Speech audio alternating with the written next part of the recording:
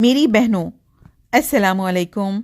میں خلیل socio reform society کی جانب سے آپ سے مخاطب ہوں۔ آپ کا نمبر ہمیں اخبار کے ضرورت رشتہ کے کالم سے ملا ہے۔ اس کے علاوہ بھی دیگر وہ تمام بہنیں جو اپنے بچوں کے لیے اچھے رشتے تلاش کر رہی ہیں، آپ تمام کی خدمت میں ایک ریکویسٹ لے کر حاضر ہوئی ہوں۔ اللہ تعالیٰ آپ کو بہترین بہویں یا دامادوں سے نوازے، آمین۔ بہنوں، آپ کو ڈائریکٹ مخاطب کرنے کا اصل ریزن یہ ہے کہ گھروں میں دوسرے معاملات تو شاید مردوں کے ہاتھ میں ہوتے ہوں گے، لیکن شادی بیاہ کے سارے معاملات عورتوں کے ہاتھ میں ہوتے ہیں۔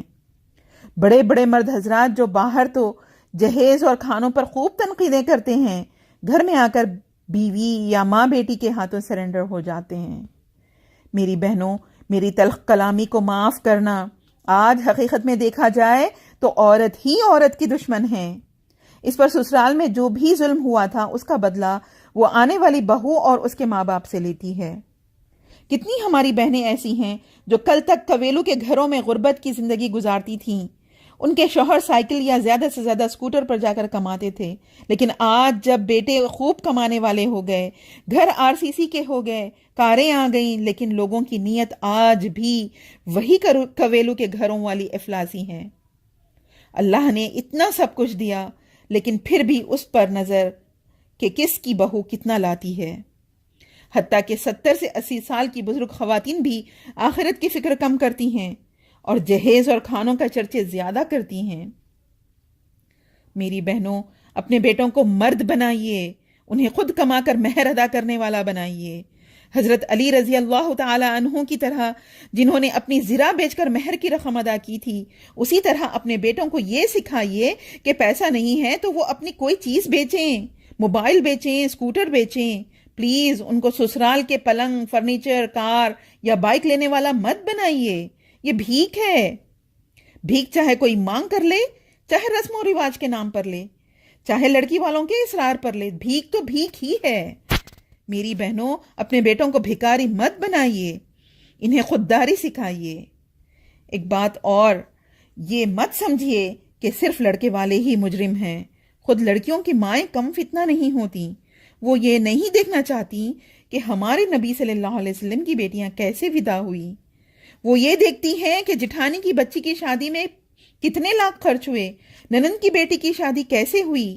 لڑکے والے اگر جہیز اور کھانے سے منع بھی کریں تو بیٹی کی شان کی خاطر وہ شوہر اور بیٹوں کو کنگال کر ڈالتی ہیں۔ بیچارے بیٹے منہ دیکھتے رہ جاتے ہیں۔ سب کچھ لڑکی کی شادی پر خرچ کر دیا جاتا ہے اور یہ لڑکے بجائے بزنس مین بننے کے معمولی کام کرنے پر مجبور ہو جاتے ہیں۔ اور افسوس کی بات تو یہ ہے کہ یہ بیٹے جب خود اپنی شادی کرتے ہیں تو کسی اور کے گھر کو اسی طرح کنگال کر ڈالتے ہیں جس طرح ایک بہنوئی نے ان کے گھر کو کنگال کر ڈالا۔ اس طرح یہ وشیس سائیکل چلتا رہتا ہے اور پوری سوسائٹی غربت اور افلاس، قرضے اور سود کی شکار ہو جاتی ہے۔ بس اتنا یاد رکھیے کہ ہمارے نبی صلی اللہ علیہ وسلم نے اس شادی کو بہترین شادی قرار دیا جو سب سے آسان اور کم خرچ میں ہو۔ اس کا مطلب یہ ہوا کہ وہ شادیاں سب سے بدترین شادیاں ہیں جن میں زیادہ سے زیادہ خرچ کیا جائے، اور اس کا عذاب تو یقیناً آنا ہی ہے جو ہماری قوم پر افلاس کی شکل میں آ چکا ہے۔ میری بہنوں، آج کے دور میں شادیوں کو مکمل سنت کے مطابق کرنے سے زیادہ اہم سنت کوئی اور سنت ہو ہی نہیں سکتی۔ یہ آج کا سب سے بڑا جہاد ہے۔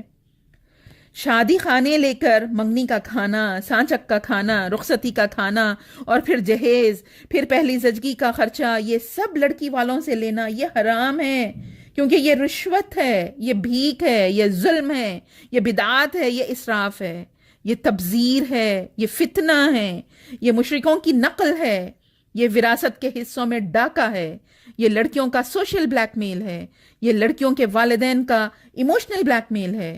اگر آپ قیامت کے دن اللہ کے نبی صلی اللہ علیہ وسلم کی شفاعت چاہتی ہیں تو جس سنت کو آپ صلی اللہ علیہ وسلم نے میری سنت کہہ کر فرض سے بھی بڑا کر دیا، اس کو مکمل سنت کے مطابق کیجئے۔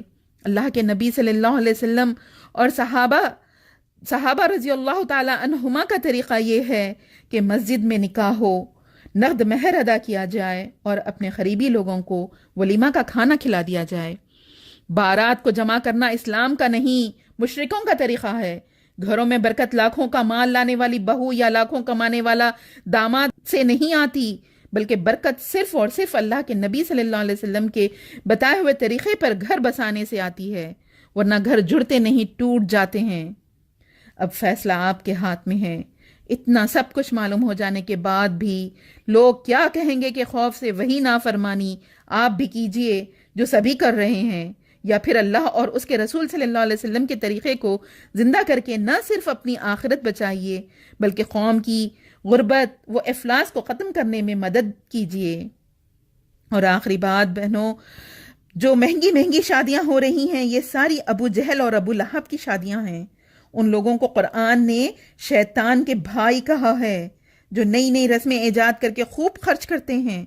ان کی شادیوں کو اٹینڈ کرنا شیطان کے بھائیوں اور بہنوں کی ہمت افزائی کرنا ہے۔ اب رہے یہ سوالات کہ یہ بائیکاٹ کس طرح کیا جائے۔ کیا شریعت یہ بائیکاٹ کرنے کی اجازت دیتی ہے؟